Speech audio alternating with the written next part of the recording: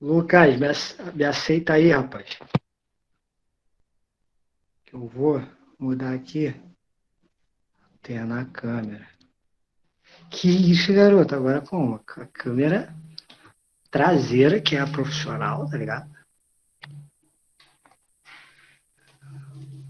Dá uma mudada aqui.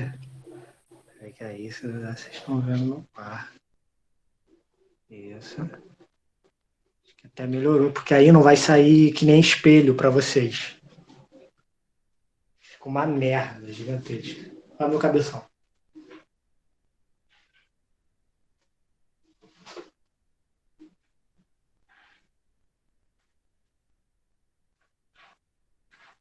Ah, agora dá pra ver, porque vou entrar e. Ah, garoto, bom! Estão me vendo aqui, vocês estão me vendo.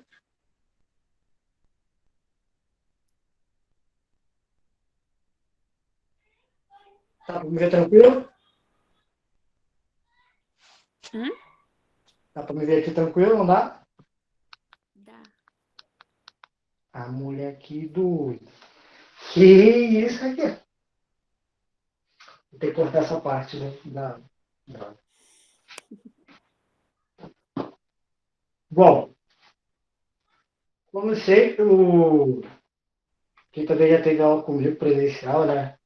Denildo, um dia, Denildo, a gente vai trocar de lado. Você que vai me dar aula. Tenho certeza disso. Eu gosto de aqui, ó, com meu caderninho, né? Quem sabe, isso aqui é história, ó. Coisa linda. Bom, eu acho que já vale a pena a gente começar, né? 6h12, quem estiver chegando, chega, sem nenhum problema, né? Vou ver aqui um negocinho. Aí, gente, aí que eu vou falar um negócio aqui para vocês. Como eu não estou vendo a, a tela do meu celular, né? Eu estou vendo por aqui. Se mandar mensagem, vocês não fiquem achando que eu não estou dando bola para vocês, não, tá? Porque eu estou me olhando e como eu sou belo, né? Esporte atlético. Mas interrompam, tá? Quando vocês quiserem. Tipo, Wesley, não entendi, volta. Eu quero que vocês falem, tá? Porque eu não vou conseguir estar prestando total atenção. Beleza? Já podemos começar?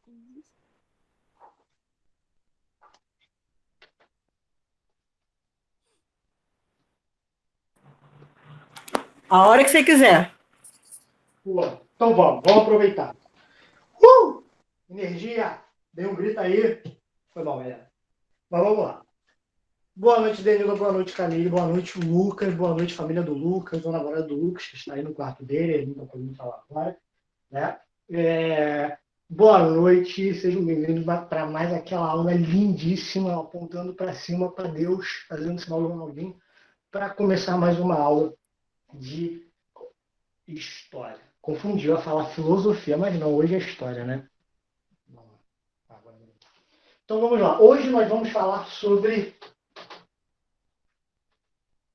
Dá para vocês verem? Porque eu botei uma porcaria no meio da luz. Roma.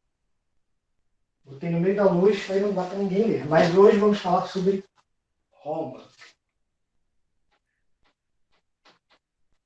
Nós vamos passar pelos três estágios que Roma, a cidade de Roma teve. Isso na antiguidade. Vamos falar sobre a etapa monárquica, republicana e imperial de Roma. É importante a gente ver isso, porque, novamente, nós vamos estar passando da mesma forma que passamos pela Grécia. É importante para a gente entender Roma, como a gente foi entender Grécia, porque ela também faz a base do que hoje a gente vê como o Ocidente, né? Todos esses valores dentro das políticas, dentro das nossas instituições, certo?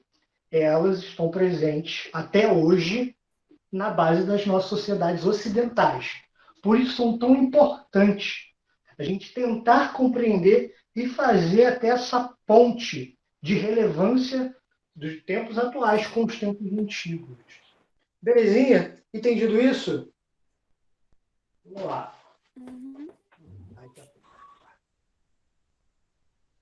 Deixa eu ver. Ok, beleza. Eu não vou trabalhar com muitas datas aqui. Vocês sabem que eu não gosto muito de datas, nem de números, mas com algumas coisinhas a gente vai se ambientar, ok? Então vamos lá.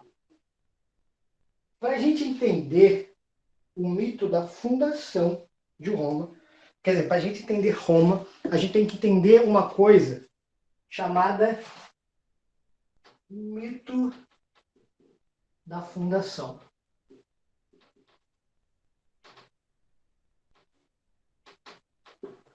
Como assim mito da fundação? Bom,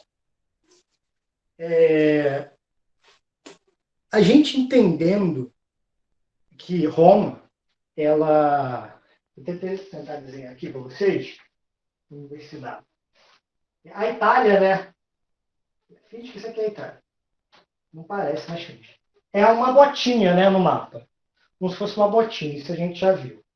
Roma vai ser fundada nessa meiuca dessa bota chamada Lácio, né? O Lácio da Península Itálica, que hoje a gente vê como Roma. Aqui nós temos vários e vários povos de origem indo-europeia, como os etruscos, os próprios latinos, né? E realmente a gente entende que quem fundou a cidade de Roma foram essa fusão desses povos indo-europeus, etruscos, latinos e assim vai. Essa a informação que nós temos das fontes históricas, das fontes arqueológicas, que são encontradas não só na cidade de Roma, mas por toda a Itália, né? Por todo o continente, pela área da Península Itálica. Tá?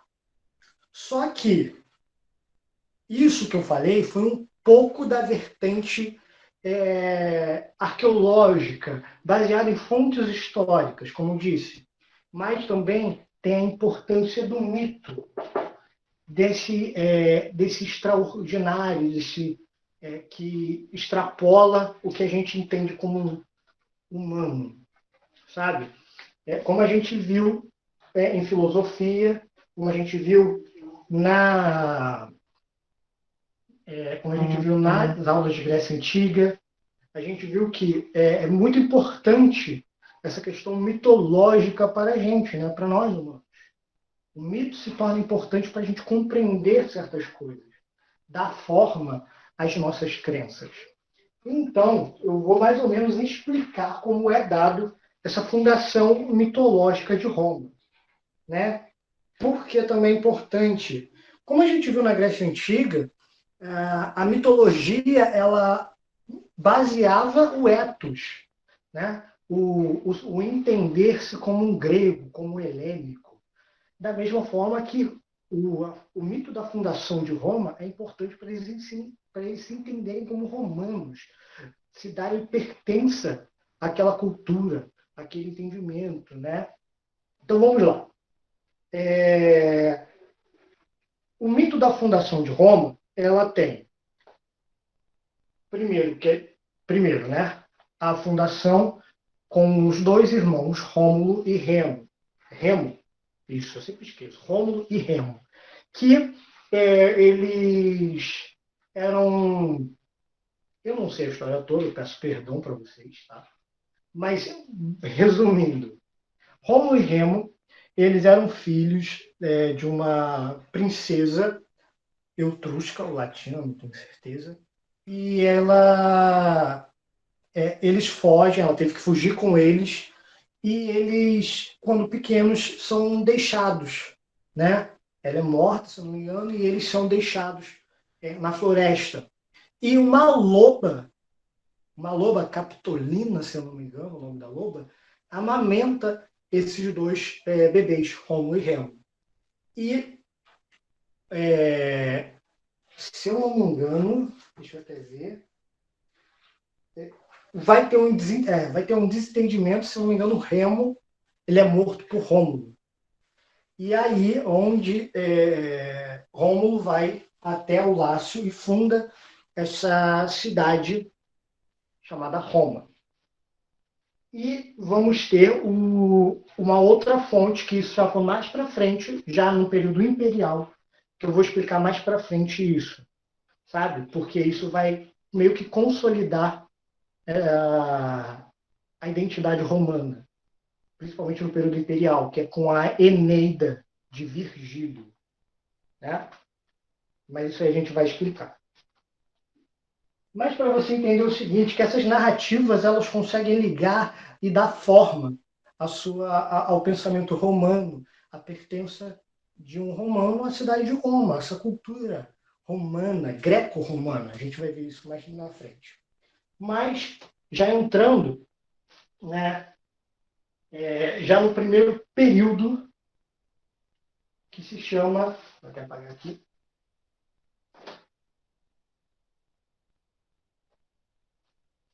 Período monárquico.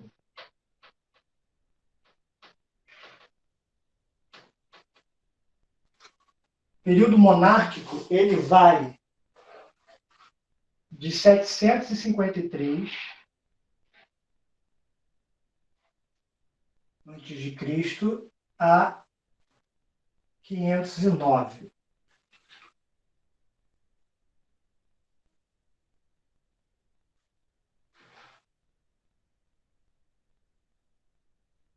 Bom, o que a gente pode tirar desse período monárquico para a sua prova no Enem e até mesmo para entendimento já dessa matéria? Aqui a gente vai entender como a organização de Roma ela é dada. Por exemplo, lembra que na Grécia Antiga a sociedade também era, como a gente viu em Atenas, Esparta e outras cidades-estados, como Tebas? A gente vai ver que a sociedade tinha as suas camadas sociais, né? A sua estratificação social, né? Da sua estrutura. Bom, aqui a gente também vai ter os patrícios,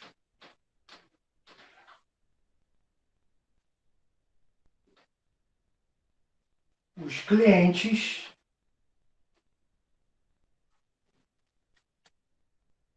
os plebeus e os escravos.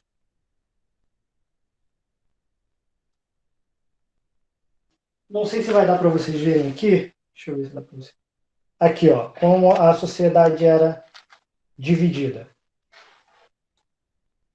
Não dá para colocar uma pirâmide aqui, porque senão vai ficar apagando, apagando, apagando. Mas eu coloquei se baseando no topo até a base.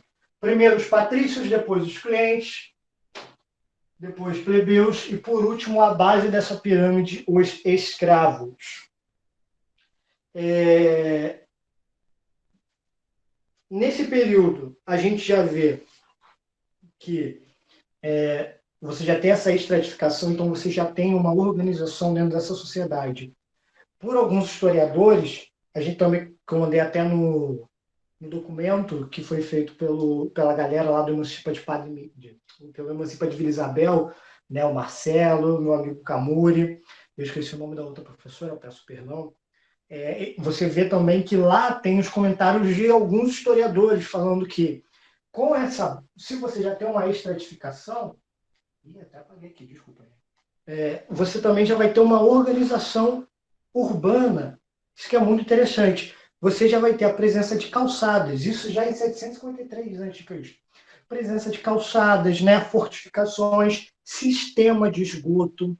É super importante a gente analisar que o sistema de esgoto da cidade de Roma de hoje, ele já tem tranquilamente, sem nenhum problema, o mesmo modelo. Não, óbvio que tem suas mudanças, mas ele ainda se baseia dentro do sistema de esgoto da Roma Antiga, para você ver o quanto é eficiente. E, além de ter essas coisas, o latim, como eu falei para vocês, que havia os latinos e os etruscos,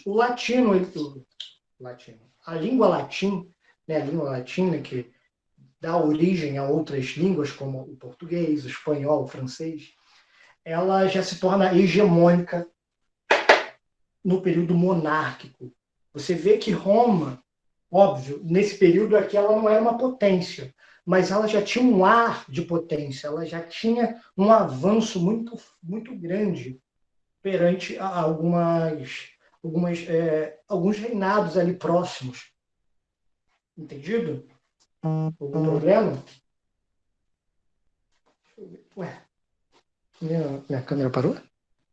Ih, parou, peraí. Voltou, agora voltou. Então vamos lá. Eu vou explicar mais para frente o que cada um aqui fazia, né? Mas esse é o conhecimento que a gente precisa tirar desse período monárquico romano, que é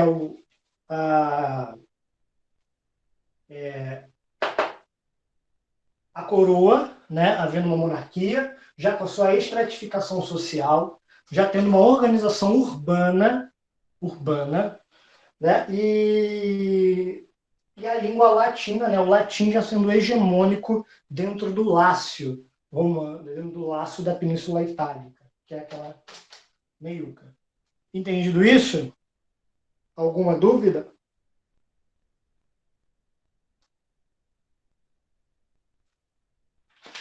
Da minha parte, não. Eu só não tô falando porque meu irmão tá subindo e descendo aqui, fazendo como se Não, tranquilo, cara. Tranquilo. Se precisar falar, fale. Tá?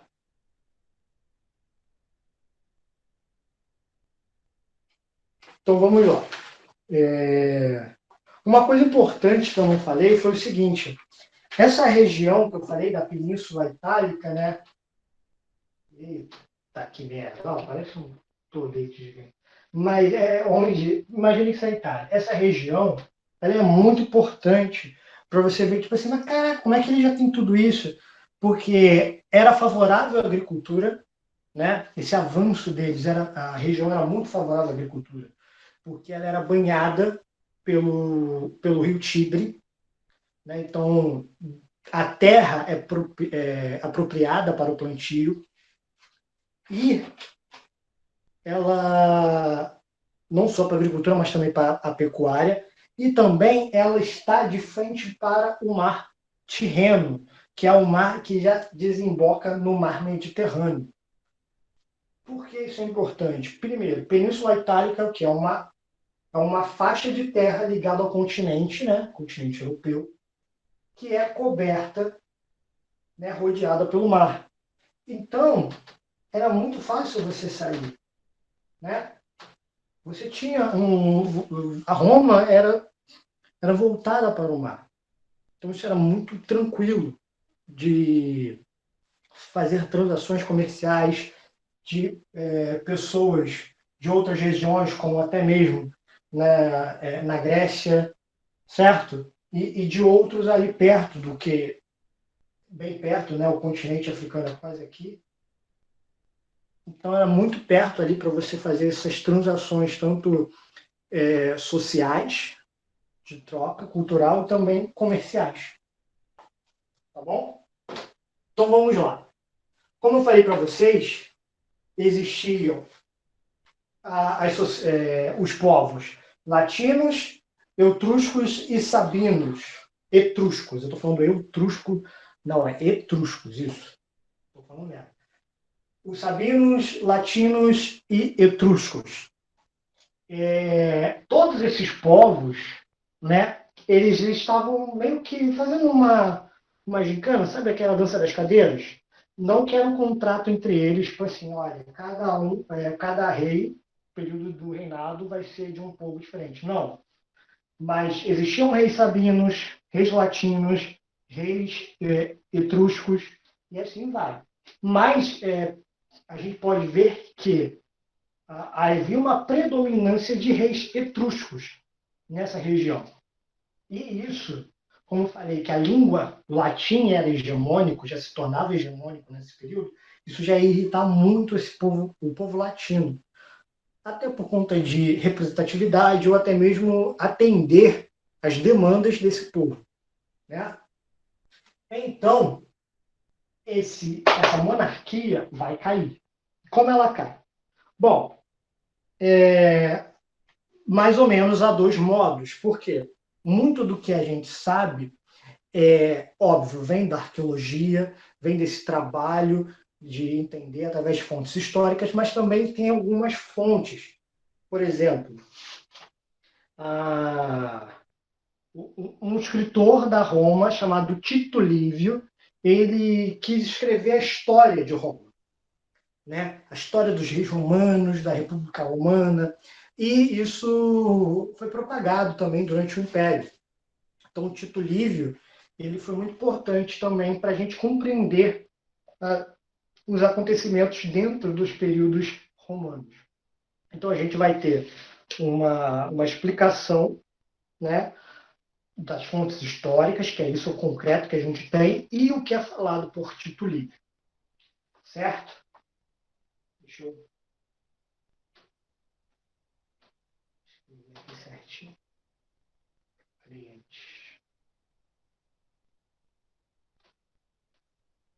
Bom,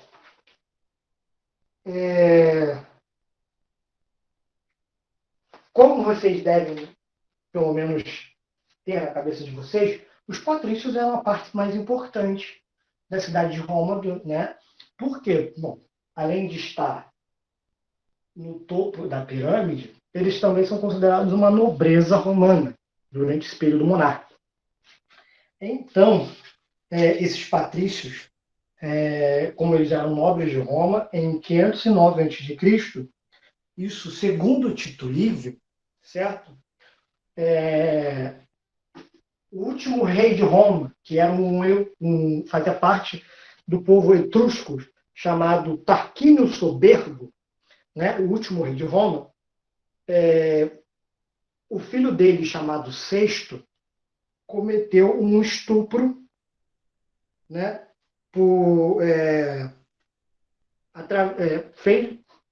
Cometeu um estupro e fugiu, correu. Ele estuprou, isso segundo Tito Livio, uma romana chamada Lucrécia. E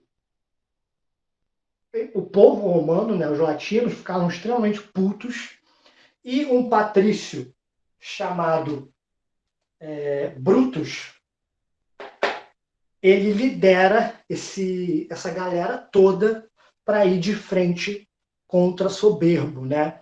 E eles tiram o Soberbo da monarquia romana e instaura a república. Ficou meio confuso? Vou tentar explicar mais ou menos com as minhas palavras. É o seguinte: Soberbo, o último rei de Roma, era um etrusco e ele já não era muito amado, tá ligado? E aí tinha o filho dele, o Sexto, Sexto mesmo, tipo Sexta, mas só que com um O no final, né? Sexto já era muito filha da puta. E ele ainda cometeu um estupro em cima de uma mulher romana, Lucrécia. Não é que só porque essa galera vivia junto, não quer dizer que essa galera era tranquilidade, ou firmeza, bate, high five. Não. Eles tinham as suas pendências, né, os seus problemas.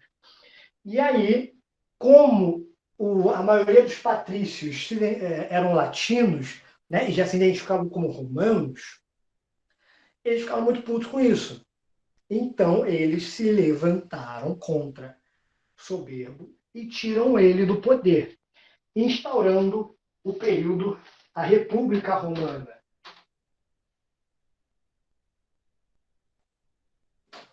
Fazendo assim, Brutus, né, Brutus, Brutus, como o primeiro magistrado, né, o primeiro a fazer parte do Senado de Roma. Né? Isso é o que Tito Livio fala. Segundo as fontes arqueológicas e históricas, é que, verdadeiramente, um etrusco foi o último rei, não se sabe qual é o nome, mas que deu merda. Né? E a galera se juntou e assim formou a República. A gente não sabe quem era, né? Então, a maioria se baseia em cima do que o Tito Livio falava e que ele tentou pesquisar na época que ele era vivo. Beleza? Foi assim que cai a monarquia romana e dá origem à república. Alguma dúvida? Wesley, Diga. só a título de curiosidade, nada de dúvida na sua aula. Esse Brutus, por acaso, é o da famosa frase, até tu, Brutus? Não, não, não, não. Se Brutus é outro, Ah, tá? tá. A gente vai ver. Tá bom? Beleza. Beleza. Não, não, não, não, não é isso não. Tá bom? Beleza. Então vamos lá. O período republicano, ele vai de 509 antes de Cristo até 27 antes de Cristo, né? Primeiro, república. República é uma palavra que vem do latim, que é a res publica, né? Res pública, coisa pública. Res pública. Ou seja, algo público, uma coisa pública. Tá bom? Então, assim, já dá um pouco a entender o que seria essa república. Porque as coisas mudariam no termo político, sabe? Um pouquinho. Por quê? A estrutura social vai se manter, por enquanto.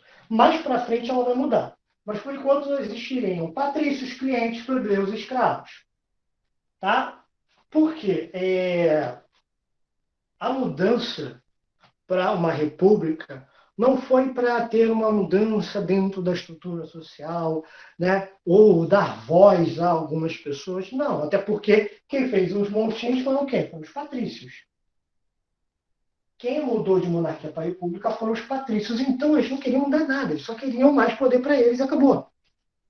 Mantém as coisas que está aqui, só que é a gente que quer governar. Não um rei, que nem faz parte da gente aqui, né? Do nosso contato, da nossa cultura. Entendido isso? Então assim, é mantido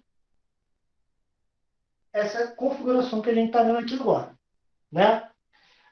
Fazendo essa aristocracia, né? Os patrícios, essa nobreza, essa aristocracia, eles tinham os direitos, só eles poderiam falar dentro dessa república, só eles que poderiam magistrar, né? O que é magistrar? O magistrado eram pessoas que criavam leis, pessoas que favoreciam, certo? Que criavam normas, eram também as únicas que tinham poder e contato, né, com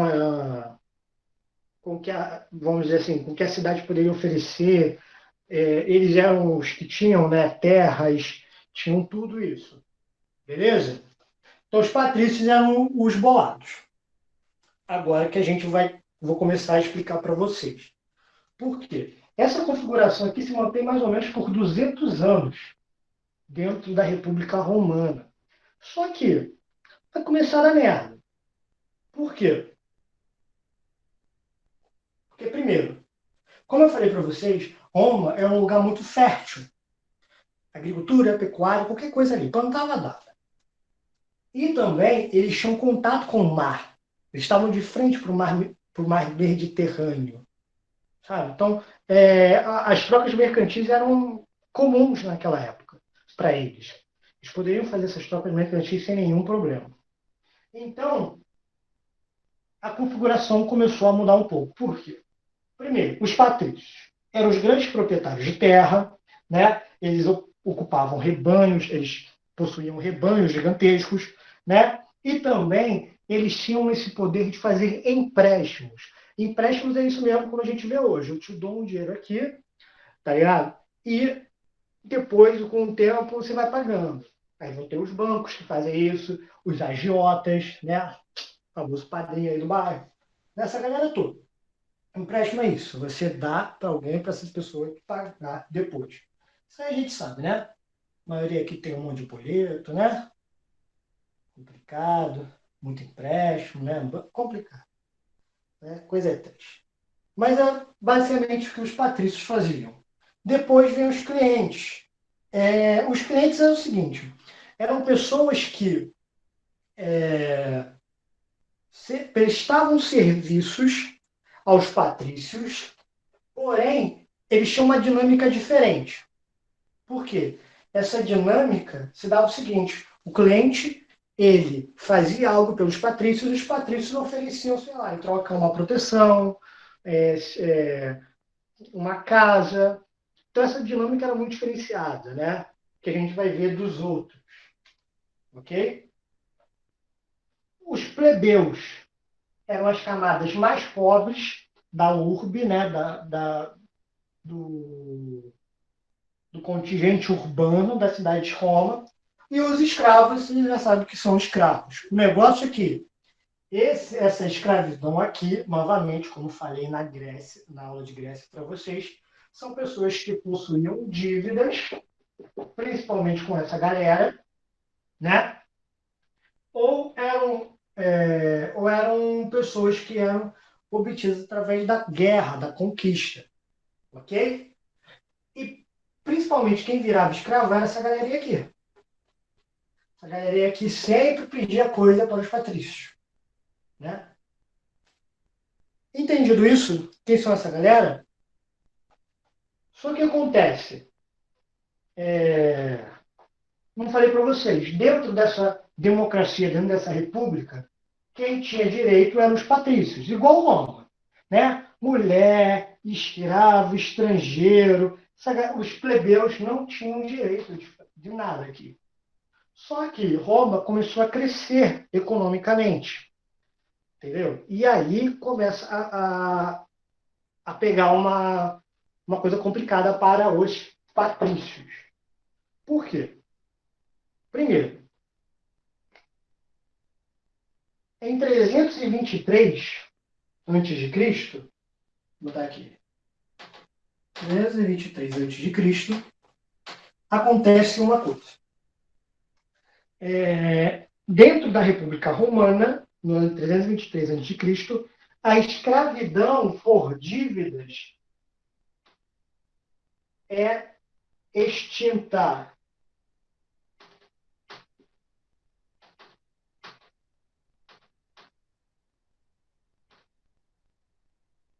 Dívidas é extinta.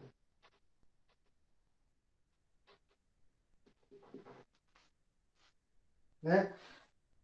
E aí, primeiro, então, os patrícios já vão perder muita gente aqui. Porque a maioria dessa escravidão era obtida através de dívidas, certo? Através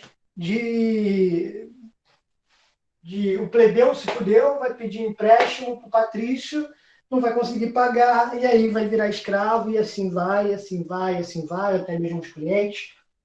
Era isso, sabe? Então, isso vai ser um impulso muito grande para Roma começar a expansão romana, né? Aí agora que a gente vai ver, igual que a gente vê nos filmes, né? Aqueles gigantes, os várias tropas romanas com as suas vassourinhas assim na cabeça, parecendo os vassoureiros passando bonitinho, né? Com o manto vermelho, os centuriões e tudo. Assim começa. Por quê? A escravidão por guerra, por conquista, não foi banida do território romano. E lembrando que qual é a base da pirâmide? São escravos. Então a base econômica de Roma vai ser a escravidão. O trabalho feito dentro de Roma vai ser o trabalho escravo, né? E aí também, com essa lei, muda as coisas. Por quê? Novamente, voltando, Roma estava expandindo, Roma estava ganhando forma, estava enriquecendo. Então, durante esse período, vai ocorrer também mudanças e conflitos sociais. Por quê? Mas você vai falar assim, pô, Wesley, quem enriqueceu aqui? Primeiro, vamos lá. os patrícios já eram ricos. Os clientes já tinham ligação e sem nenhum problema poderiam ficar aqui. Eles não tinham interesse nenhum. Né? Escravos não podiam enriquecer. Os plebeus, eles eram os trabalhadores na cidade romana. Então, como eu falei para você que Roma estava expandido, os plebeus, os trabalhadores, comerciantes, né, que tinham ofícios como marceneiros, carpinteiros, artesãos e assim vai. Esses plebeus começam a enriquecer e ter posses, começam a ter riquezas. E isso, querendo ou não, você tendo posses, você vai começar a se tornar importante dentro dessa sociedade e vai favorecer você ficar mais perto dessas camadas favorecidas. E aí é o que vocês vão falar assim, pô, isso quer dizer que os plebeus vão começar a querer ter direitos? Sim. Ora, eu estou sendo reconhecido, parceiro. Eu faço parte de uma camada, né, que não tem direito nenhum. Eu tenho poder, então eu quero ser reconhecido. E assim acontece. Só que, você acha que plebeu vai virar patrício? Não. O patrício não vai querer isso. Nem pensar o patrício vai querer isso. Então começam os conflitos sociais. Aí vocês vão falar assim, pô, então peraí. Então o que vai ocorrer dentro desses conflitos sociais? Porque, primeiro, os plebeus já estavam tendo suas riquezas, suas posses e seu poder. Aí que vem a chave. Você acha que essas camadas não interagiam entre si? O que vocês acham? Fala aí, Denildo. Fala aí, Camilo. Vocês acham o quê? Ih, Camilo foi embora. Só tem Denildo. Fala aí, Denildo. O que você acha? Você acha que essa galera não vai se interagir entre eles? Fala aí pra mim. Acredito que sim, e vão reivindicar os direitos que eles acreditam que tenham, porque se estão sendo participativos economicamente, e o poder aí geralmente é em função do valor aquisitivo, sei lá, em terras ou em qualquer coisa, eles são comerciantes. Estão ajudando o desenvolvimento, com certeza vai querer o quinhão deles. Claro. Quem não ia... Fala tu. Tu não ia querer também? É óbvio, Pô, tô podendo, né? Eu quero o meu. é óbvio. Então, isso vai acontecer. Por quê? Primeiro, os plebeus vão começar a ter relacionamentos com os patrícios. E os patrícios vão começar a ter relacionamento com os plebeus. E aí, a gente vai ter a necessidade de uma nova camada. Por quê? Um filho de um patrício com patrícios, ele é o quê? Ele é patrício. Um filho de um plebeu com plebeu, ele é o quê? Ele é um plebeu. Mas um filho de um plebeu com patrício, o que é? Não tinha nenhuma denominação. E quais direitos eles iam ter? E aí vão criando. Primeiro foram os nobilistas, que são os filhos de patrícios com os plebeus, né? De plebeus ricos com patrícios, é bom a gente deixar claro. E também vão ter equestres, que já são uma nova camada de pessoas ricas dentro da cidade de Roma, e assim vai. Então você começa a ver que isso vai dar merda. A estrutura social romana já está se reconfigurando, que era uma coisa que eu falei para vocês que os patrícios não queriam. Né? Então a gente vai ver aqui. O que vai mudar mesmo com esses conflitos sociais? Como você disse, Denilda, a galera vai querer o que é um deles. Eles vão querer o quê? Representação política. E isso vai acontecer de uma forma ou de outra. E através de duas coisas. Através de duas coisas. A primeira é... Deixa eu apagar aqui. Para ficar melhor. Isso a gente já viu.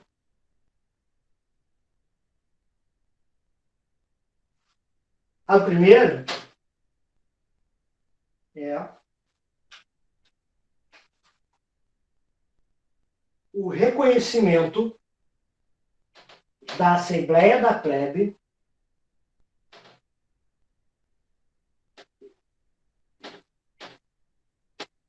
e a criação do tribuno da plebe. É a língua horrorosa. O que seria isso? Primeiro, a Assembleia da Plebe seria onde os plebeus, esse contingente, né, de plebeus, iriam conversar, iriam debater e levar isso até o Senado, né, até os magistrados, onde fazem as leis. E o tribuno da plebe nada mais é que um magistrado, um representante da camada dos plebeus dentro do Senado. Então, os plebeus tinham vozes, tinham os votos e tinham essa representação. E outra coisa importante foi a elaboração, né? Isso ocorreu por volta de 450, foi a elaboração das leis das 12 tábuas.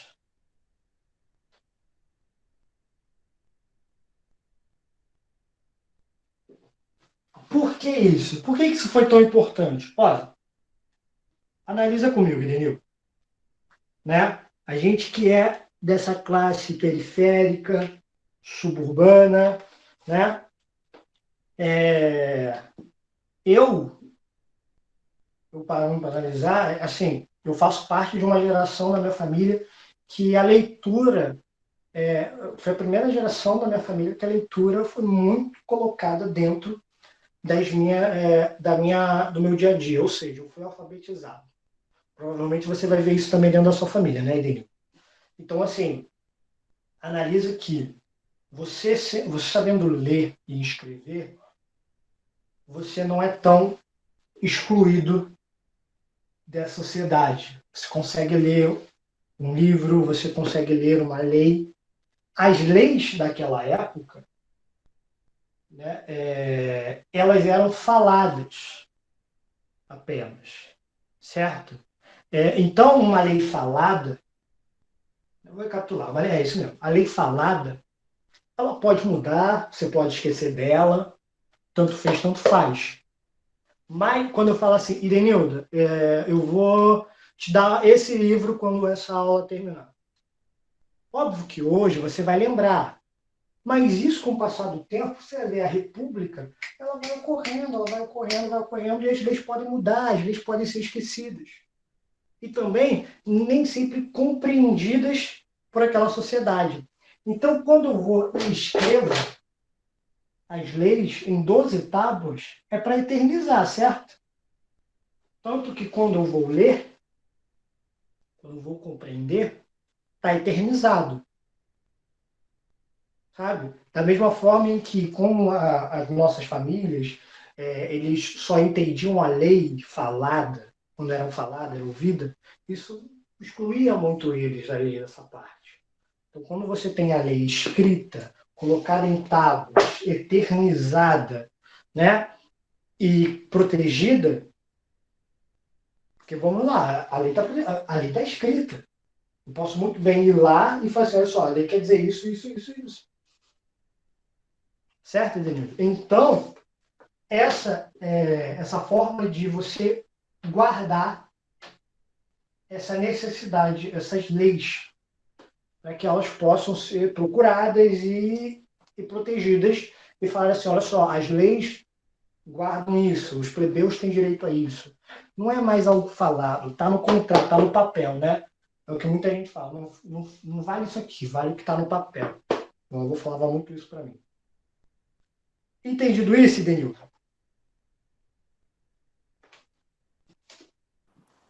Sim.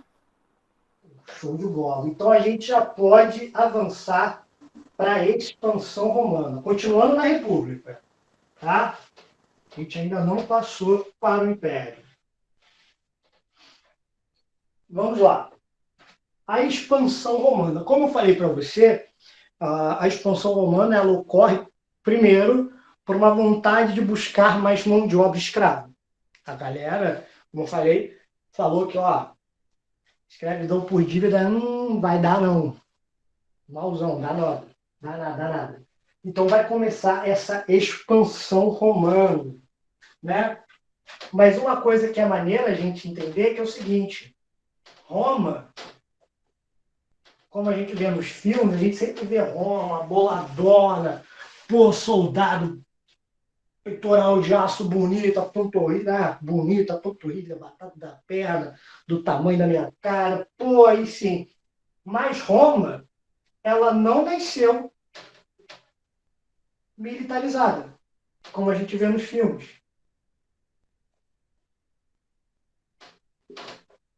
É uma necessidade que ela vai ter com o passar do tempo. Até porque ela sofre muitas invasões, tentativas de invasões dentro do seu território.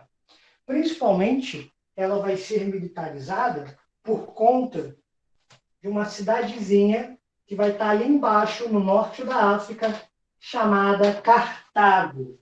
Cartago vai ser o grande arqui-inimigo de Roma, né? Eles sempre vão tentar disputar o domínio do mar Mediterrâneo, né? O mar Mediterrâneo era muito importante. A gente está falando que a concentração do mundo ocidental se dava dentro do mar Mediterrâneo, naquela época, né? E para eles também. Mas o que a gente está tentando ver aqui é uma batalha pelo aquele pedacinho de mar que banhava o que eles entendiam como mundo. Ali você chegava na Grécia, ali você chegava no norte da África, ali você chegava um pedacinho da Ásia, e assim vai. Entendido? Então, esse mar Mediterrâneo era muito importante para eles. Então, essas batalhas entre Cartago e Roma ficaram conhecidas como guerras púnicas.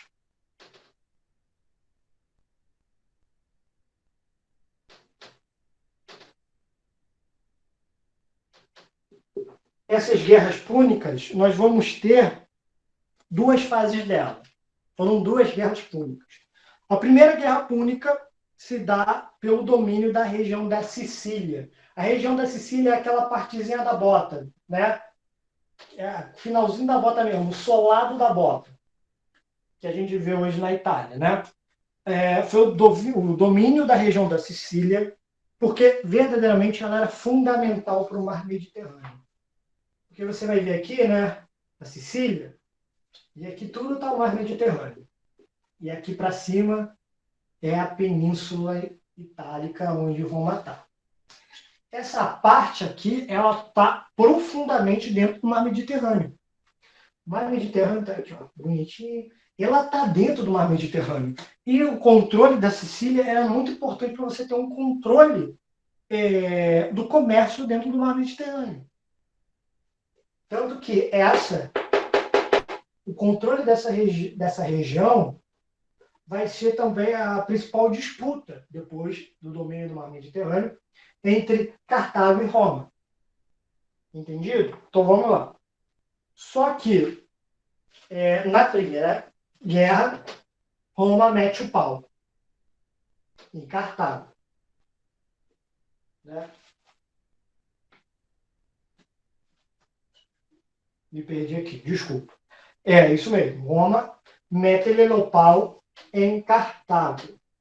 E aí tá, depois de um tempinho, Cartago fica com aquele gostinho de filha da puta, entendeu? Caralho, bandida.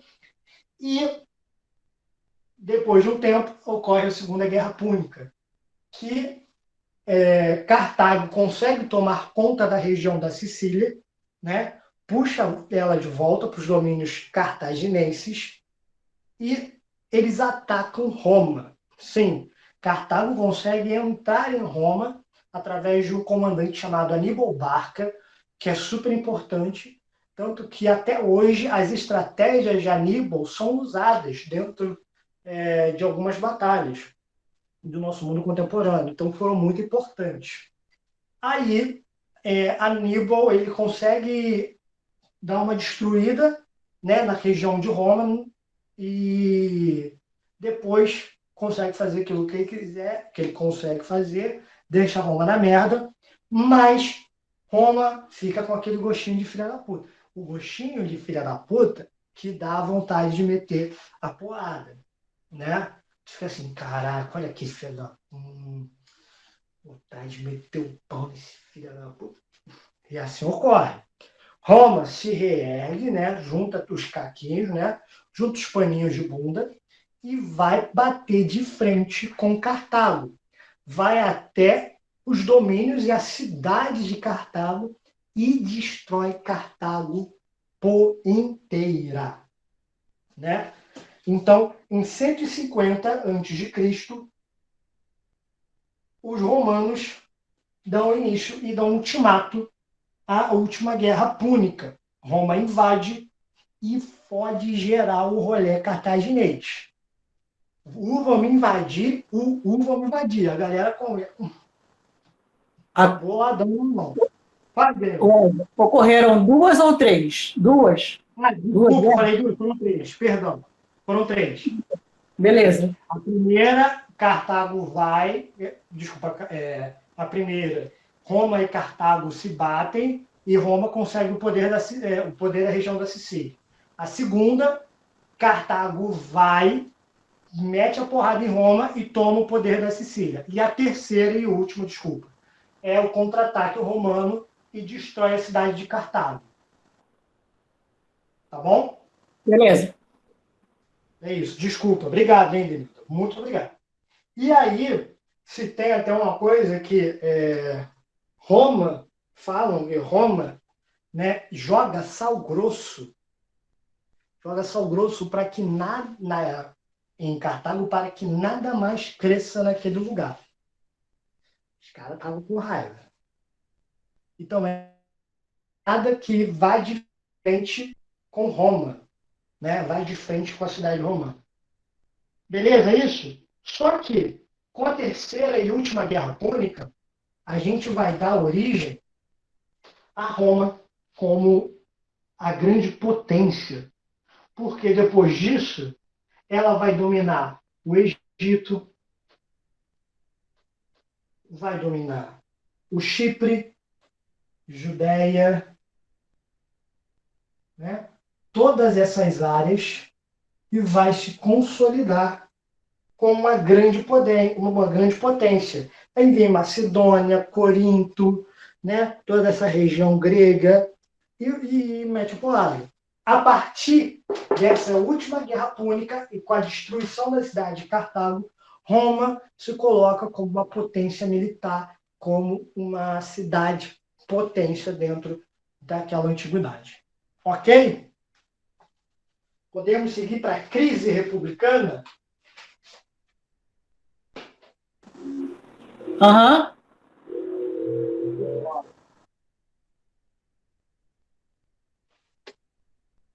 Vamos lá. A crise.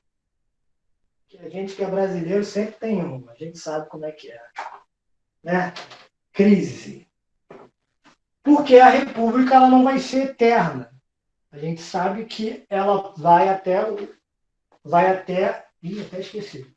Vai até 27 a.C. Mas por que essa crise acontece dentro da República Romana? Se, pô, estavam tudo maneiro, estava tendo expansãozinha, sem nenhum problema, o que ocorre? Vamos lá.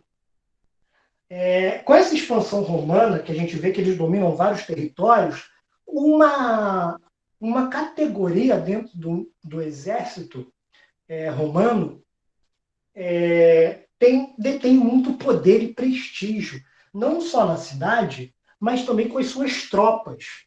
A gente está falando de um número gigantesco de soldados romanos, né? E sem falar de toda a região que esse exército tomava para ela. Então, a gente está falando dos generais.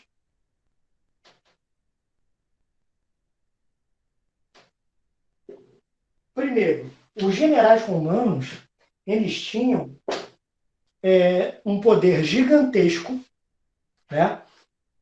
E também eles tinham esse prestígio, porque eles estavam levando Roma para figuras, eles eram os comandantes que estavam levando Roma para o mundo, conquistando tesouros e mais tesouros dentro de Roma, né? Então isso crescia o olhar dentro da cidade romana, dos habitantes da cidade de Roma, mas também contra os seus soldados e comandantes. Por quê? Os espólios, os generais, né? Os generais chegavam, o que são espólios? São o que resta da batalha, né? O que você consegue conquistar da parte que perdeu. Era dividido entre os soldados. Óbvio que deixando uma grande parte para os generais e para a cidade de Roma e assim vai. Certo? Mas os soldados tinham, caraca, olha aí, o cara maneirão tá me dando as coisas, cara. Eu, um mero soldado. E muitos desses soldados eram até promovidos por esses generais. Por grandes feitos dentro da batalha, e assim vai. Então, de todos os lados, menos o do conquistado, óbvio, era visto em alguns do conquistado em alguns momentos, né? Eram vistos como as pessoas fantásticas, né? Quase endeusadas. E esses generais, né? A gente vai ter triunviratos. O que seriam esses triunviratos? São os generais que tinham poder, o Senado dava o poder para eles comandarem essa expansão.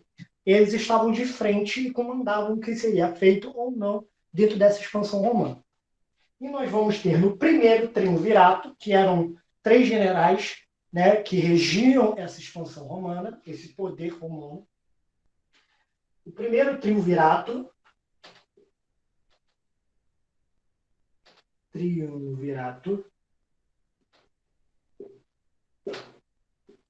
era formado por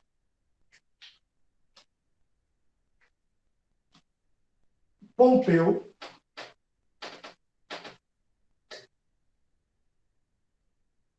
Júlio César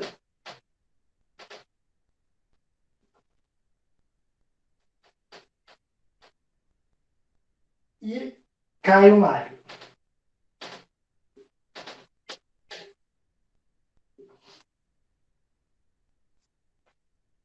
Como eu disse também que a cidade romana, eles tinham grande prestígio, soldados, mas tinha uma parcela de Roma que não iam muito com a cara desses generais.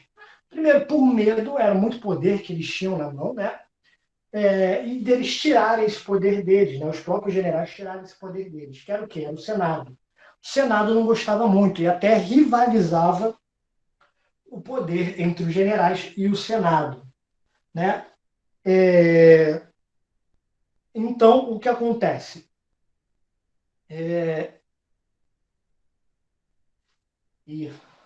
Tu viu que eu dei uma branqueada aqui na mente? Vamos lá.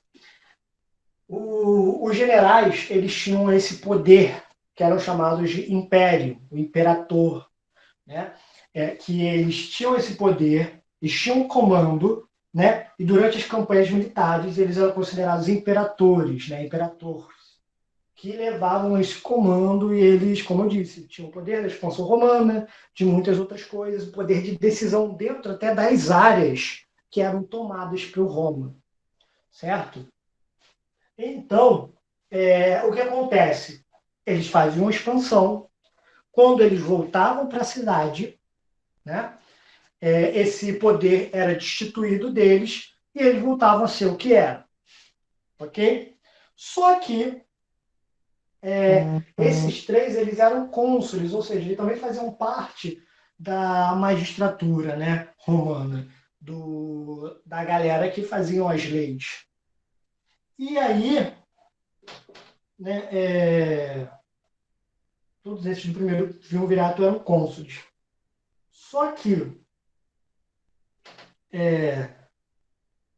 Pompeu, né, o Crácio, né, Caio, é Crácio. Crácio morre. Não é Caio não, tá? Ele é Crácio. Crácio morre. Crácio morreu. Apaga Crácio. E resta Pompeu e Júlio César. Só que Pompeu era queridinho do Senado. Pompeu fazia o que o Senado queria e estava tudo aí. Júlio César era odiado, mas também era o mais querido. pelas tropas, também foi o que mais conquistou na expansão romana, né? E até mesmo pela cidade. A cidade romana venerava Júlio César. E aí dá uma tensãozinha entre eles, né? Só que essa tensão vira guerra. Júlio César vence Pompeu e Júlio César volta para Roma. E Pompeu se fudeu, né? Só que, como eu falei para você, quando o imperador voltava para Roma, né, o general, ele voltava, era destituído do cargo dele de imperador, né, da expansão romana, e ele voltava a ser o que era. Só que Júlio César falou assim, ó, não, eu vou ser imperador para sempre. E aí Júlio César volta para Roma, adorado, aclamado, e o Senado com o cu trancado. Ok? Isso aconteceu e Júlio César fica um tempinho como único imperador de Roma. Um pequeno tempo, né? Só que em 44 a.C., nós temos a morte de Júlio César. A morte de Júlio César ocorre através das mãos do Senado, através de uma conspiração entre os senadores, né, os magistrados de Roma, para tirar esse poder de Júlio César. E aí que vem, Denilda, o Brutus que você fala. Brutus era um discípulo de Júlio César, pode-se falar até que é amante, a gente não sabe direito, né? Muito menos eu, porque essa não é a minha área de estudo, mas entre os romanos valia tudo, era assim, sem problema nenhum. Júlio César tinha Brutus como uma pessoa fiel a ele, um discípulo dele, e Brutus que dá um arranjo para essa morte de Júlio César, junto ao Senado. Então, cada senador, quando Júlio César chega no Senado, né, que o Júlio César é chamado ao Senado, Júlio César chega e cada senador dá uma facada em Júlio César. Eu não sei quantas facadas foram, mas foram facadas para um caralho para ele morrer. E a frase tão famosa, até tu, Brutus, né? A gente não sabe se ocorreu mesmo.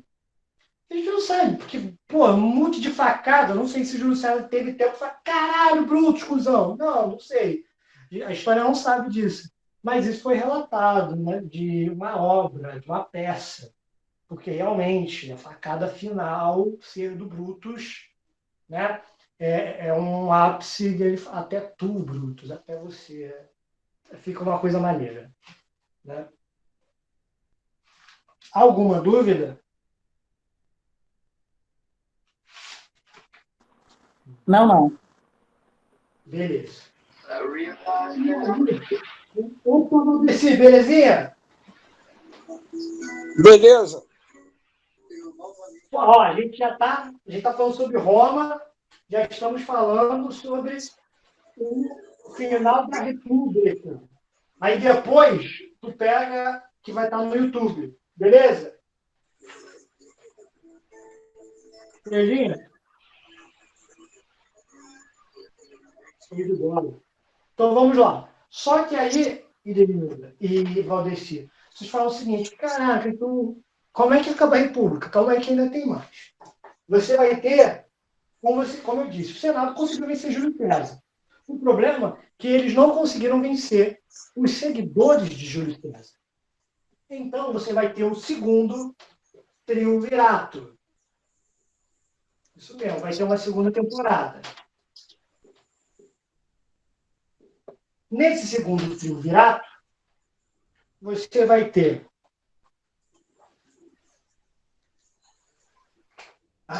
Desculpa. Acho que é aqui. Você vai ter três também, como de costume, mas para a gente agilizar, mas dentro do PDF de vocês vai estar, os dois principais que vão dar movimento a essa caída de Roma, né, a história de Roma, será o seguinte: vamos focar em Marco Antônio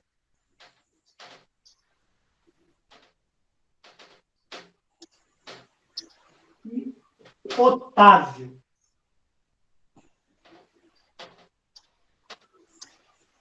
Marco Antônio era um dos mais malucos e seguidores do Júlio César. O cara era firmão com o Júlio César.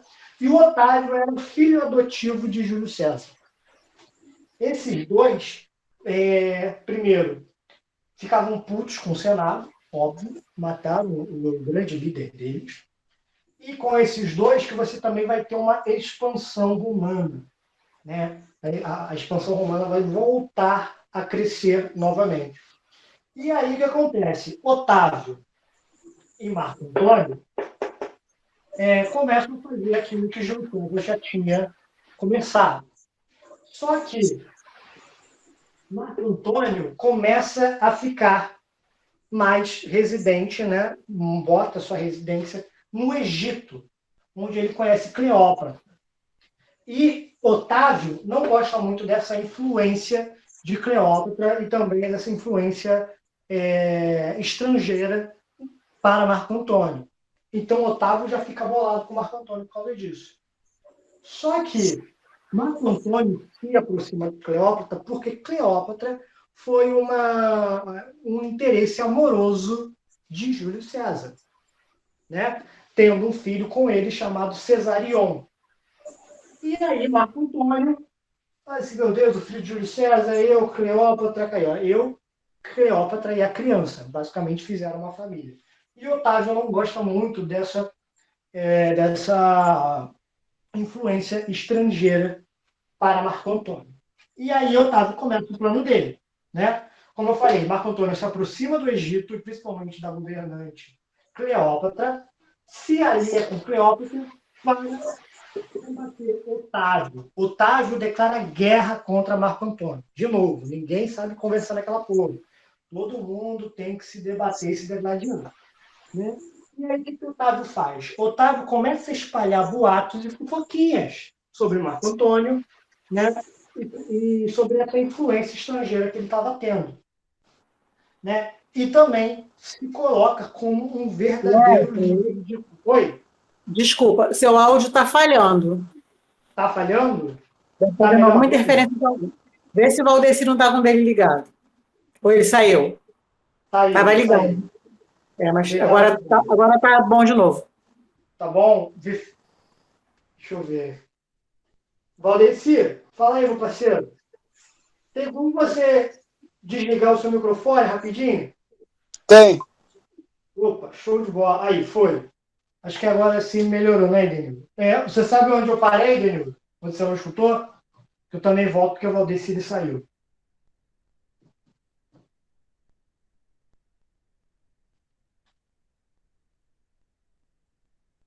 Hein, Denildo? Onde é que parou aqui que você não conseguiu mais? Eu Porque estou o senhor... falando do negócio ligado. Espera aí. Você estava falando de... Não, eu cheguei até a ouvir, só que deve dar umas piscadas, falando que do relacionamento que ela tinha sido o relacionamento do Júlio César, que tinha... e o Marco Antônio se aproximou. Aí daí ficou ruim. Ah, beleza. Foi mais ou menos quando o Valdeci saiu aqui. Então vamos lá.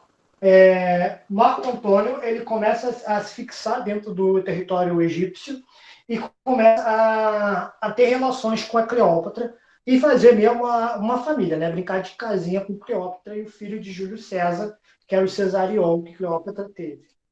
Otávio não gosta muito dessa influência estrangeira para Marco Antônio e começa a espalhar fofocas sobre Marco Antônio, boatos, falando, putz, aí Marco Antônio falou que agora o Egito é o que há. O que há filha da puta é Roma. Falando não foi desse jeito, né? Porque isso é coisa carioca. Mas espalhando maldades e fofocas e boatos para tirar o prestígio de Marco Antônio dentro de Roma, né? E aí, quando Marco Antônio se fixa realmente no Egito, né? Ele bota como o seu quartel-general lá, Otávio começa a sair, ó, o que eu falei, ó. O cara ficou lá, tá cagando para Roma. E aí, Otávio começa a fazer essa articulação política, se colocando como o único e verdadeiro líder de Roma. E declara guerra a Marco Antônio. Marco Antônio se alia a Cleópatra, óbvio, já estava com ela, né? Para derrotar o exército romano de Otávio. Só que acontece, Otávio acaba com o Marco Antônio, né? Os dois travam essa batalha, Otávio vence, mata Antônio, né? Isso em 31 a.C. E com essa vitória, Otávio, né? Otávio, ele se coloca como Augusto, se consagra. O que seria Augusto? Augusto significa sagrado, né? Então, Otávio vira Otávio Augusto.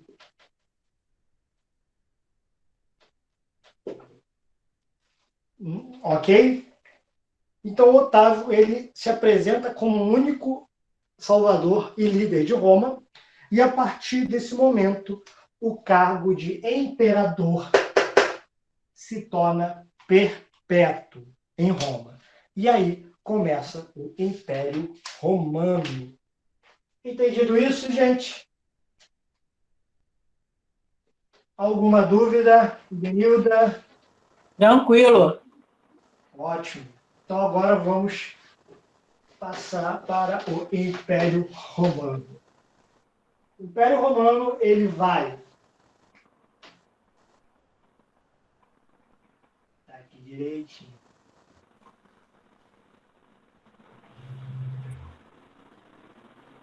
Ele vai de 27 a.C.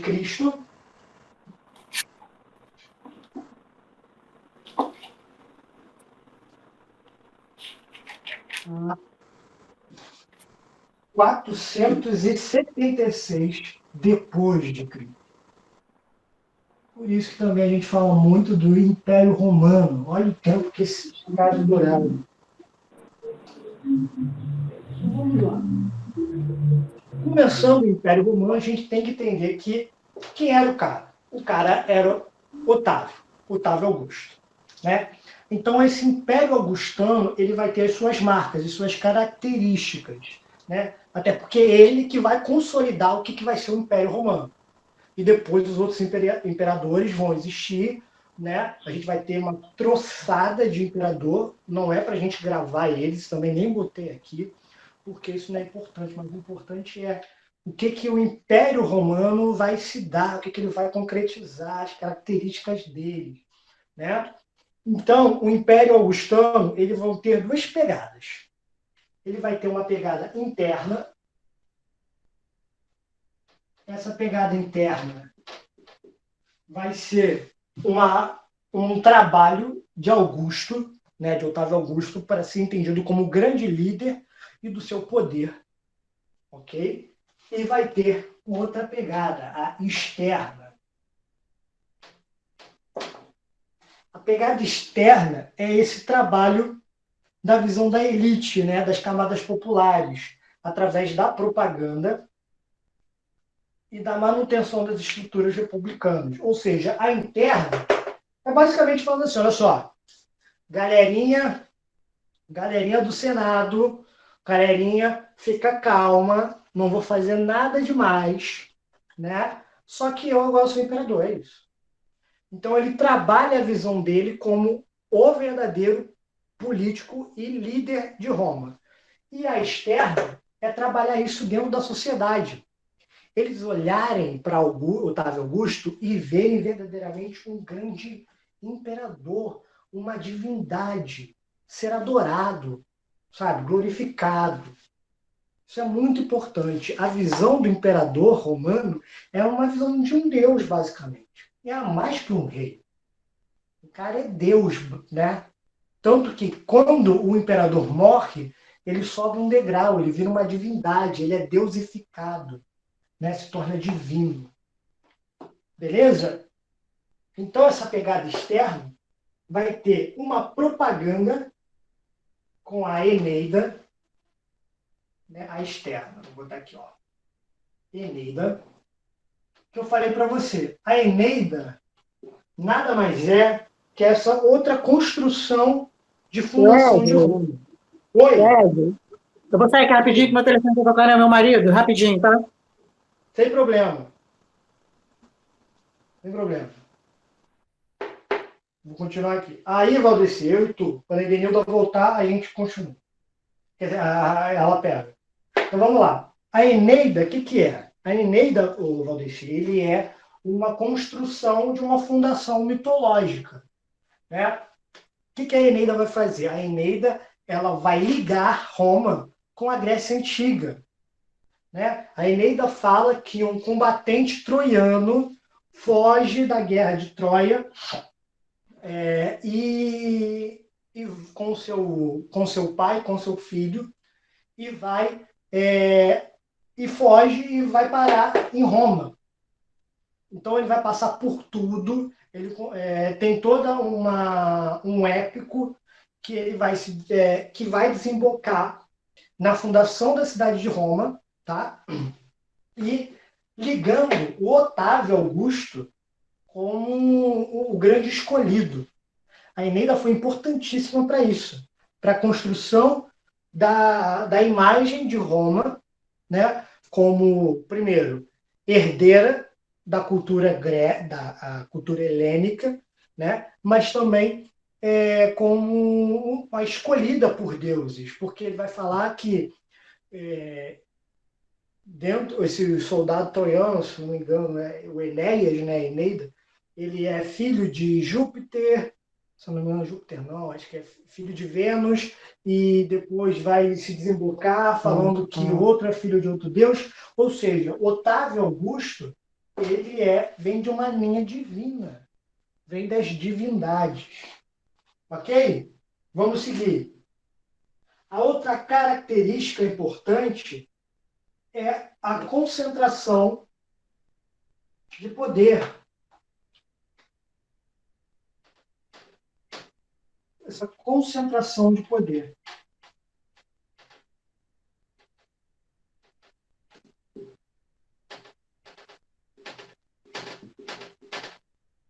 Porque a gente vê que as estruturas da República elas não vão mudar. Vai continuar existindo o Senado, os magistrados vão ter o seu papel, mas como agora tem o imperador, ele vai falar assim, olha só, vocês vão continuar. Vocês podem fazer o que vocês quiserem, mas tudo vai passar por mim. Concentração de poder vai existir. Ok? Então, uma dessas outras características é a concentração de poder. E uma característica importante também é que os deuses eles existiam dentro da cultura romana, né? Eles vão basicamente copiar e colar, mas só com outros nomes da cultura helênica, né? Da Grécia Antiga. Mas eles vão ter um contato maior com os humanos, porque na cultura helênica os deuses estavam muito acima dos humanos, estavam em outro patamar. E na cultura romana, os deuses vão estar um pouco mais juntos. É como se os deuses fossem a evolução do ser humano, né? Pensando num degrau, numa escadinha, né? Vamos dizer que aqui estavam os humanos e aqui estavam os deuses, né? Botar poder, meu Deus, os deuses. Entendeu? Então não havia uma diferença. É basicamente sobre um degrau. Só que eles estavam um degrau acima. Mas também não era difícil conquistar isso. Só vendo a sua vida, como eu também falei, tipo assim, os imperadores, quando morriam, eles eram colocados como seres divinos. Entendido? Então vamos lá. E aí vamos colocar 3 pontos relevantes dentro do Império Augustano, Maurício. O primeiro, que Augusto promove uma reestruturação urbana da cidade romana. Nova urbe. Por quê? Com esse novo poder adquirido, Roma vai se tornar muito importante. Então, novos prédios vão ser construídos, novos templos vão ser construídos. Há uma renovação dessa urbe, né? Da cidade romana, do urbano de Roma. Então, esse vai ser o primeiro ponto. A nova urbe. Segundo ponto. Aqui vai começar uma coisa que a gente conhece muito bem, que é a política do pão e circo. o pão e circo nada mais é que um divertimento cultural da população para que essa população se divertisse e apoiasse todas as práticas governamentais. Ok? O pão e circo existe até hoje, né? A gente vê muito bem isso dentro do Brasil. E a terceira é o quê? O início de um período conhecido como Pax Romana. A Pax Romana ela é conhecida porque, primeiro, Augusto, aqui você vai ter o apogeu, né? O top do top do Império Romano. Então, essa Pax Romana nada mais é que a expansão de Roma e eles tendo controle de tudo. Porque ninguém teria na cabeça desafiar o Império Romano naquela época, né? Tanto que você vai ter o controle total do Mar Mediterrâneo, que vai ser conhecido como Mare Nostrum, né? O nosso mar. Então, durante, né, esse Império Romano todo, isso aqui é só o Império Augustano, tá? Mas durante o Império Augustano, né, o Império de Otávio Augusto, você vai ter o firmamento do Império, né, do Império Romano e as suas características. Óbvio, você vai ter diversos e inúmeros imperadores, né? Tanto que um deles, que eu até botei aqui, e também está no PDF que eu mandei para vocês, foi o seguinte: algumas conquistas com Trajano e também com Adriano na Britânia, onde você vai ter todo o domínio da região da Britânia, né? Onde você vê ali a Grã-Bretanha, né? Inglaterra, País de Gales, e aí vai. Entendeu? Então vamos lá.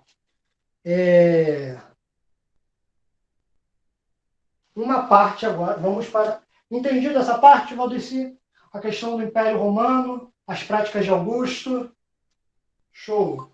Não, entendi, tá tranquilo. Beleza. Tá? Mas uma perguntinha. E não havia mesmo quando tinha paz romana, não tinha uma rebelião, não? Olha, vou ser bem sincero que tinha, mas ela era sufocada tranquilamente. O poder de Roma estava num nível gigantesco. Entendeu? Você vai ter, sim, guerras, né? Você vai ter batalhas, mas nada tão grande. A Pax Romana vai ser o domínio inteiro de Roma, promovendo a paz. A paz, né? Bota entre aspas aí. Beleza? Vamos seguir. Então, a gente já entendendo aqui todo esse apogeu, as conquistas do Império Romano foram muitas, mas agora um ponto importante dentro do Império Romano é algo chamado cristianismo.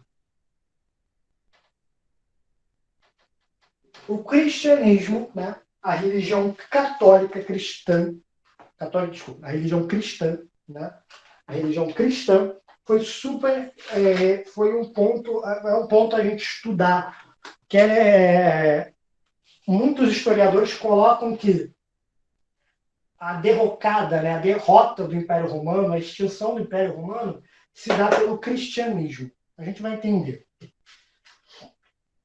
O que acontece?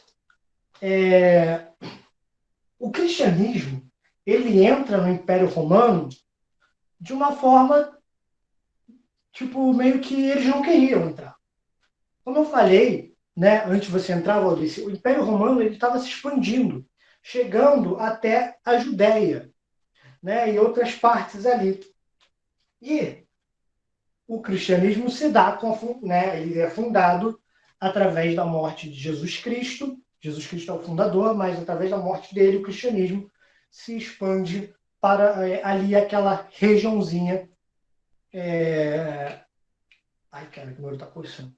A região ali onde eles estavam. E o cristianismo começa a se expandir, mas só que dentro dessa extensão dentro da extensão do Império Romano. Porque o cristianismo nunca quis entrar em Roma. Na verdade, ele entrou basicamente por entrar. Porque a extensão do Império Romano era muito grande, era gigantesco. E as redes de comunicação, quando a gente fala de rede de comunicação, são as redes de transporte, né, eram gigantes. Muitos romanos iam para a Judéia, muitos romanos iam para a Grécia, e tendo contato com o cristianismo lá, eles começam a gostar do que aquilo é falado. E aí esse cristianismo é levado para outras partes do Império Romano. Então, primeira coisa, o cristianismo não tinha função, não tinha essa intenção, né, de ser difundido fora desse território deles, o território onde Jesus Cristo estava e seus seguidores. Então, eles não tinham a intenção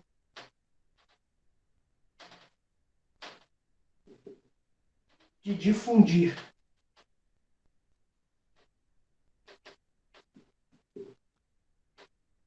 essa religião.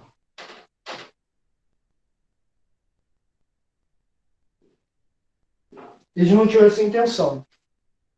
Então, como eu disse, muitos viajantes, eles iam, tinham contato com o cristianismo e levavam para onde eles estavam indo. Tanto que se você for ver a história do cristianismo, né, você vai ver várias comunidades sendo estabelecidas dentro do Império Romano. A gente vai ter a comunidade de Corinto, a gente vai ter a comunidade perto já da cidade de Roma, a gente vai ter vários. Fala, Denildo. Oi, Wesley, desculpa, não era nem meu marido, era a diretora da escola que eu moro, que amanhã vai ter vacinação aqui, teste de Covid. Uma hora dessa que ela vive, brincadeira, né? Mas, ó, graças a Deus, hein? Não é qualquer lugar que está tendo teste de Covid, né? Eu fiz semana passada na escola do lado, que eu moro numa escola, tem uma do lado e tem a CRE. Aí lá tá com jogado pra cá. E ela falou, eu falei, não vou acordar cedo pra fazer nada, não. Aí ficou me enrolando aqui, eu falei, mas eu tô sem a chave do portão. Eu falei, tá. Vou acordar, não vou falar com ninguém, não. Aí ficou pedindo pra fazer favores, né? É o ônus e o bônus, né? Moro de graça na Zona Sul. Vamos lá. Denildo, você perdeu um pouquinho, mas depois vai lá, quando a gente botar no YouTube, você dá uma olhada. Mas a gente já está na parte do cristianismo. Vou voltar um pouquinho para você entender. O cristianismo, por muitos historiadores, ele é colocado como o início da decaída do Império. Por quê? Estava falando para o Valdeci o seguinte. O cristianismo, ele a gente sabe, foi fundado pelo JC, parceirão lá de cima, né? E os seus discípulos, eles não tinham a intenção de sair desse território. Até porque o que levou o cristianismo até essa expansão foi o próprio Império Romano. Por quê? Todo o Império Romano ele tinha uma grande extensão, né? Mas também tinha uma grande rede de comunicação. Viajantes iam para lá, pessoas da própria função do magistrado, pessoas saíam de Roma para fazer esse comando, né? Soldados, comandantes, e assim vai. Passavam por aquela área. Então, o cristianismo acaba tendo contato com esse pessoal. Então, acaba sendo levado para outros locais. Tanto que eu estava falando para o Valdeci, que se a gente for pegar um livro da Bíblia chamado Atos dos Apóstolos, a gente vai ver inúmeras cartas, né, e as vivências do início dessas comunidades cristãs. Né? E se a gente for pegar as cartas de Pedro, de Paulo, a gente vai ver as cartas para a comunidade de Corintos, né? Carta para a Roma, e assim vai. Várias comunidades sendo criadas ali em diversos locais. Corinto fica na região da Grécia, né? Como a gente conhece Grécia, né? Na Antiguidade, e assim vai. Então, a expansão do cristianismo acaba se tornando meio que orgânica dentro do território romano. Então, o cristianismo não tinha essa intenção de ser difundido através do território romano. Esse contato com os viajantes e visitantes, né? Esse contato com viajantes e visitantes foi importante também para a difusão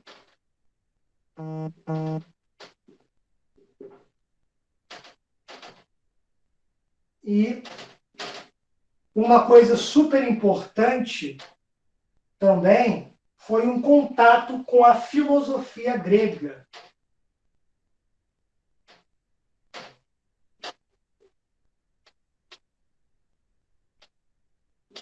Até a gente consegue ver, a gente vai ter aulas de filosofia, que muita coisa da filosofia da Grécia Antiga é usada dentro do cristianismo. Então, isso vai sendo levado para toda a extensão do território romano, né? Aí você fala assim, então peraí, ué, então foi tranquilo, foi orgânico, foi na paz.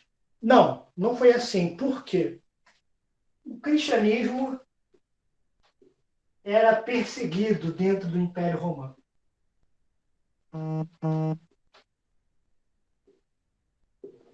Ou seja, a, a, o culto, né, as missas que a gente fala, o culto do cristianismo, né, o exercer da sua religião era proibido dentro do Império Romano. Por quê? Porque, primeiro, o cristianismo desafiava as crenças e bases do Império Romano. Primeiro, o Império Romano acreditava em deuses, eles eram politeístas. Segundo o cristianismo, só existe um único Deus, que é o Pai, o Filho e o Espírito Santo, a Santíssima Trindade, que é uma pessoa só. Então só existe um Deus. Outra coisa também, o imperador ele era adorado. Para os cristãos, isso não existia. Isso é loucura. Porque a única pessoa a ser adorada é Deus. Nenhuma pessoa deve ser colocado como divina, apenas Deus. E assim vai, né? As bases do cristianismo desafiavam as bases do Império Romano. Tanto que o culto, né, as missas, o exercer da fé cristã, ele era colocado nas antigas, no subterrâneo da cidade de Roma, nas catacumbas, né? Porque era proibido, ninguém poderia ver. Né? Então, tanto que muitos santos, no início, né, da igreja, na Idade Média, assim vai, eles eram adorados não, eles eram colocados como importantes porque desafiavam o Império Romano. A gente vai ter dois aí, por exemplo, igual São Tarcísio. São Tarcísio foi morto por carregar a hóstia, né? O que eu sou católico, né? Mas o que os cristãos consideram como o corpo de Cristo. Então ele foi morto com uma pedrada na cabeça. Ou São Jorge, que é tão conhecido no mundo todo, aqui no Brasil, por conta do catolicismo, mas também por conta das religiões de matrizes africanas, né? São Jorge era um soldado da Capadócia, onde hoje é a Turquia, que desafiou o seu comandante, o imperador, por não acreditar nos deuses e não compactuar. Então, o catolicismo. Então, assim, o catolicismo acabou indo numa direção que acabou que o Império Romano não conseguia mais combater eles, apenas teve que aceitar. Então, com isso, que a gente vai ver agora o colapso imperial, que é onde o império acaba. Alguma dúvida?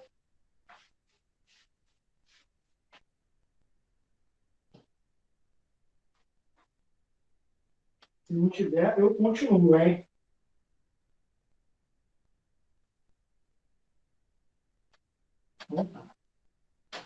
Vamos lá, para o colapso imperial.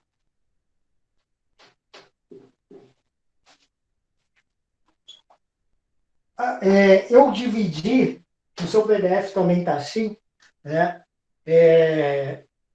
No que ocasionou esse colapso imperial, o que deixou o Império Romano ser fragmentado e assim, né, fudido aí, sem nada. A primeira coisa foi a expansão católica.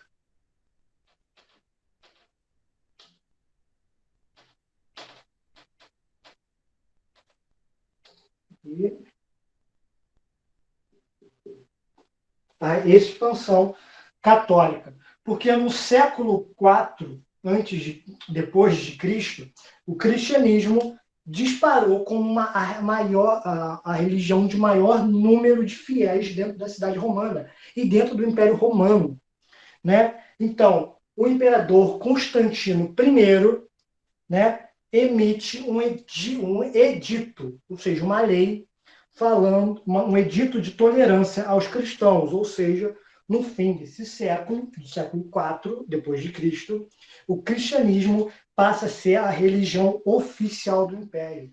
Então, verdadeiramente, a base cristã começa a tirar essa base imperial dali. Então, aí começa verdadeiramente a tomada de poder do catolicismo. Porque, vamos lá, qual era o tamanho de Roma? Se ela se torna a religião oficial do Império, ela não está se tornando apenas a religião oficial de Roma, não. Ela está se tornando a religião oficial de toda a extensão daquele Império. Então, tipo, a gente viu que é uma região muito gigante. Muito gigante? Existe? Não, muito grande. Grande para dedéu. Grande para chuchu. E bota chuchu. Né? Segundo ponto, divisão. Isso mesmo. Por conta, né, da divisão, por conta do tamanho, desculpa, por conta do tamanho da região do Império, né, para que se possa ter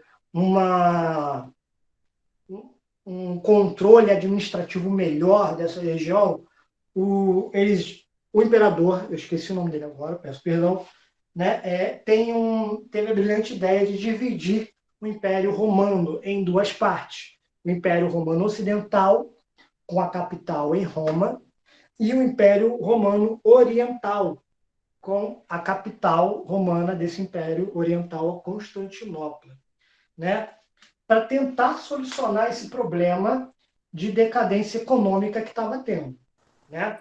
Então, essa divisão em dois lados do Império Romano. Diga, Denil.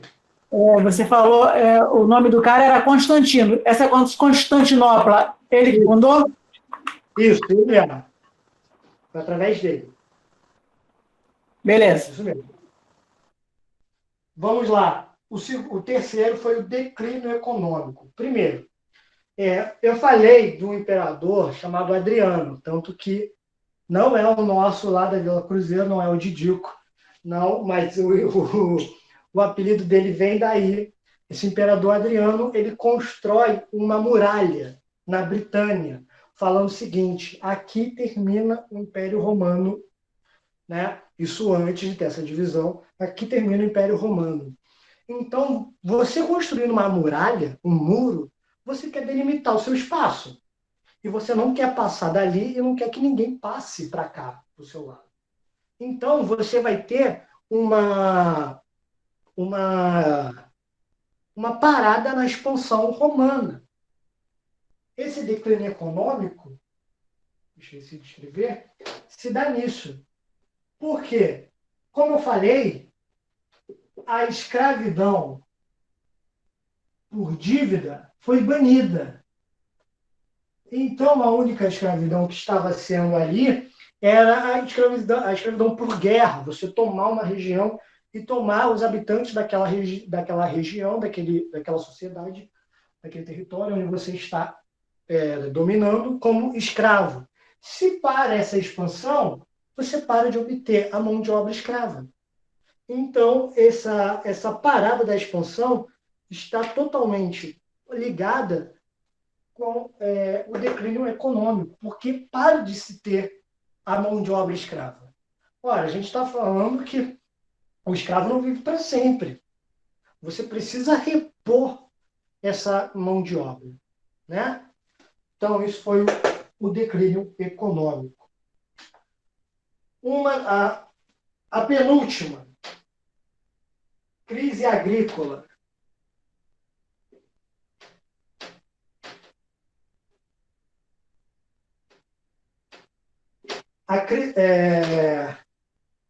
O Mediterrâneo ele vai passar por uma mudança de clima, um processo de resfriamento, né, das suas temperaturas, do seu clima. Isso acaba deixando aquela região que eu falei para vocês, que ali do Lácio, até mesmo da Sicília, não dessa forma, não muito boa para plantio. A região acaba se tornando muito infértil. E isso se dá o seguinte: se não tem produção agrícola, tem escassez, né? Tem diminuição do excedente agrícola, dos produtos, do alimento e tudo aquilo. E não só a questão agrícola, mas a questão da pecuária também. O gado não sobrevive, certo? Então, isso vai ocorrer um deslocamento da área rural para a área urbana. E aí, a gente vai ver toda essa galera indo para a urbe, para a cidade de Roma, mas não tendo onde ficar. Né? É isso que causa a crise agrícola. E agora, por último, foram as invasões bárbaras. Os romanos, depois de Cartago, os maiores inimigos dos romanos foram esses bárbaros. E o que seriam esses bárbaros? São os povos germânicos, os francos, né, os hunos, todos aqueles que não faziam parte da cultura romana, eram considerados bárbaros. Então, as invasões bárbaras eram muito comuns na região romana. Por quê? Os bárbaros, né, principalmente germânicos e tal, viviam em locais muito frios e com uma região não tão fértil para se plantar. E você avançando em cima das áreas romanas, né, de controle romano, era importante porque eles eram mais férteis, tinham um clima mais agradável, então isso era bom para eles. Né? E outra coisa também, onde se tem um império, há riqueza. E os bárbaros tinham uma cultura muito bélica ali, né? Tinha essa concentração muito bélica. Então, as invasões bárbaras dentro do território romano, principalmente do território norte de Roma, né, eram cada vez mais frequentes. E como o império estava se tornando fraco, isso ocasionou, né, foi a última coisa a explodir aquilo que já não estava se aguentando mais. Então, no ano de 476 depois de Cristo, ou seja, no século V depois de Cristo, a gente vai ter a invasão germânica em Roma. Essa invasão germânica promove o fim do Império Romano, né? Elimina o último imperador do Ocidente. Isso que é bom a gente falar. Esse Império Romano que acabou foi o ocidental, porque o oriental ele só vai terminar no século XV. Porque o Império Romano Oriental se promove por muitos anos, muitos e muitos anos mesmo, né? E o Império Romano Ocidental tem o seu fim. Aí a gente volta para analisar tudo isso que a gente viu. Por quê? A base da nossa sociedade, hoje, a nossa sociedade ocidental, é uma base greco-romana. Como eu falei para vocês, na aula de Grécia Antiga, você vai ter os pátres, né? Que eram os homens que se tornavam responsáveis pela família. Aquela frase que eu falei para vocês. Desde a grama onde você pisa até o fio de cabelo que sai da sua cabeça. Ele tinha domínio de tudo. E Roma, a gente tem isso dentro das nossas consolidações sociais até hoje. Dentro das nossas leis, dentro da nossa política, dentro da nossa religião. Porque a gente vê que hoje a expansão que se tem da Igreja Católica, do cristianismo em si, até mesmo em vertentes protestantes, isso depois, né, a gente vai ver, se dá por conta do Império Romano, certo? Bom, foi isso a aula de hoje, gente. Sei que foi muita coisa real. Mas vocês têm alguma dúvida? Algo a acrescentar? Foi ruim? Foi chato pra cacete? Não, foi bom, cara. Adorei. Felizmente eu tive os probleminha, não estou podendo participar muito. Não, tranquilo, Luiz. Sem nenhum problema. Minhas dúvidas eu deixei no YouTube, que foi o que eu perdi, né?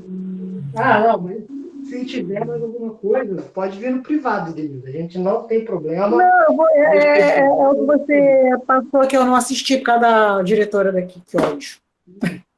Mas tranquilo. Eu já vou passar hoje, eu já vou montar uma lista de exercícios sobre Roma.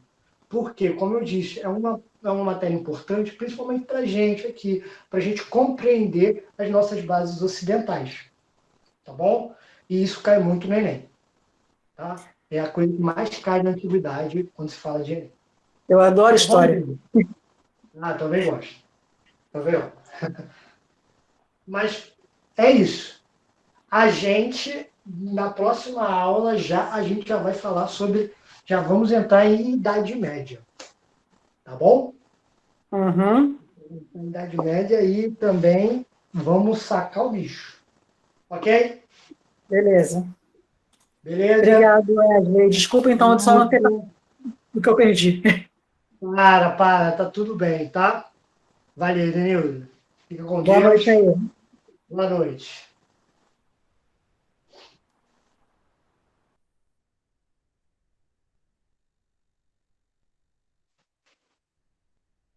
Bom, se você está vendo isso no YouTube, você que não conseguiu ver a nossa aula, fazer presente, estou com saudade de vocês. Vocês, alunos da MC Padre Miguel, ou até mesmo você que não está vendo, está conhecendo a gente pelo YouTube. O que eu quero falar é que você não está sozinho. Venha, tire suas dúvidas e também veja mais do que eu falei aqui. O que eu falei aqui é só 1%. Tem muito mais.